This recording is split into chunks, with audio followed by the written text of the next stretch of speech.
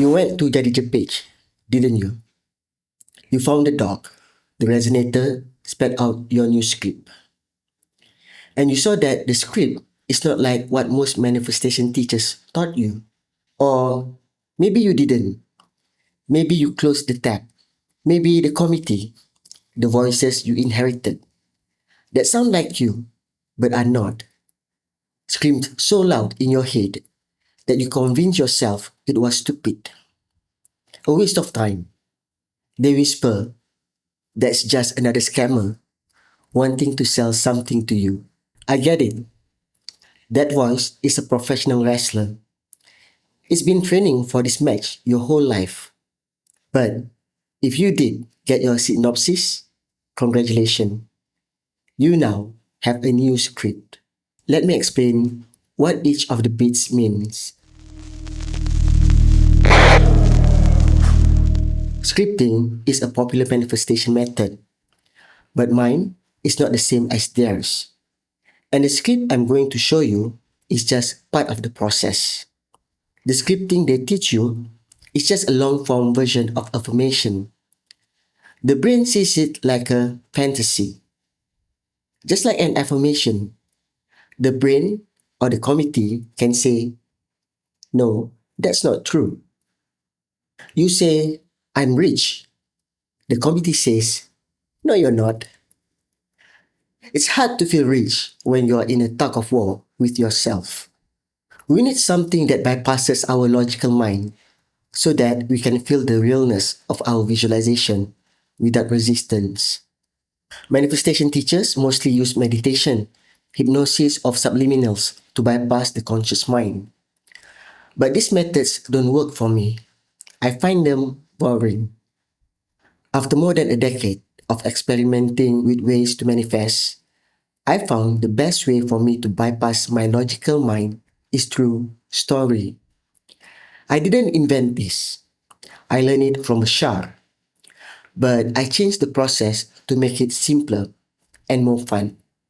Bashar's permission slip uses Joseph Campbell's hero's journey. I called my story framework the Story Turntable. I named it that to remind myself that life is music, not a journey. One vinyl side holds several songs, but it's a single continuous groove. And the groove is not a circle, it's a spiral. The needle returns to the same angular position each rotation, but never the same point. This reminds me that time keeps moving. Even when our lives look the same, they are not. We never go back to the same point. Today may look like yesterday, but we are a day older. Our lives are not one long story, they have multiple stories.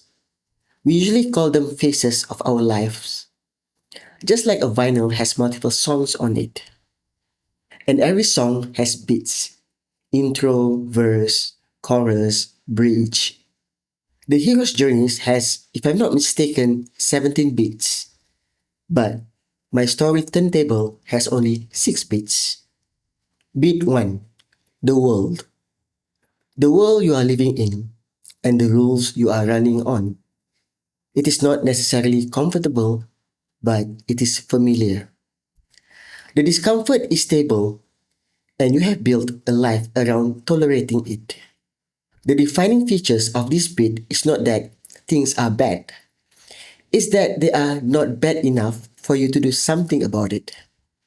Example in life: you have told the same friend about the same job frustration for 3 years running. Nothing has changed except the year. Beat 2. The want. Something breaks the stability, a realization, a loss, a limit crossed, or simply seeing something you really want and finally admitting it. In a life, it's usually a health scare. For me, it was the loss of my soul dog, Jazi. Her death brought me out of going back to 9 to 5. Beat 3. The crossing. This is when you start acting. You do something unfamiliar and hard to undo. And then you keep doing them, even when you fumble badly for a while. In a life, it could be your first post on YouTube or social media, join a Toastmasters group, write your first book. Before the exchange, you find something and it is usually not the thing you set out for. You get what you want or something you enjoy doing, and it costs. You pay for it by releasing a belief or identity. At this stage, although you have already gotten what you want and paid the price for it, your world still looks similar. Life example, you might have to let go of a respectable title like doctor or engineer to go all out on your passion, to be a comedian or actor. Bit 5, the rematch. Many call this the test or the climax, your final challenge. Without this, you wouldn't know that you have truly changed. Suddenly, you are thrown into events that incite fear and doubt. Usually, the same fear you faced before. Maybe a sudden big expense, but this time you respond differently. Previously, you might have gone into anxiety, but this time you are calmer and deal with it smoothly. That's proof you have changed. Bit 6, the new. This is when your new identity, your new frequency is stable and you have shifted to the reality you want. It has become ordinary. Example in life, making 10k or 20k a month in your business is already normal. It's just another Tuesday. Those are the 6 stages you need to have in your script. Some might argue that if you are visualizing a challenge, you will manifest it in real life. Let's face the truth. We live in 3D. We will face challenges. That's how we grow and experience life. When we include the challenge, this makes it a story. We go through it in our brain. It's done. If you just script the ending, it doesn't work as a story because it doesn't meet the story framework. Plus, now you know my 6-bit story turntable. So, even if you just use scripting, when you already feel you are there, but what you want still hasn't manifested yet, you can say, oh, I'm in the exchange stage. Or, if you are happy and suddenly your car breaks down, you know, oh, I'm in the rematch stage. When you know where you are, you know what to do there and where to go next. Now you know the bits. You can rewrite your life story. But you don't change a story by just writing and feeling it. You change it by walking onto the set and saying the lines out loud in your body, like an actor who already got the part.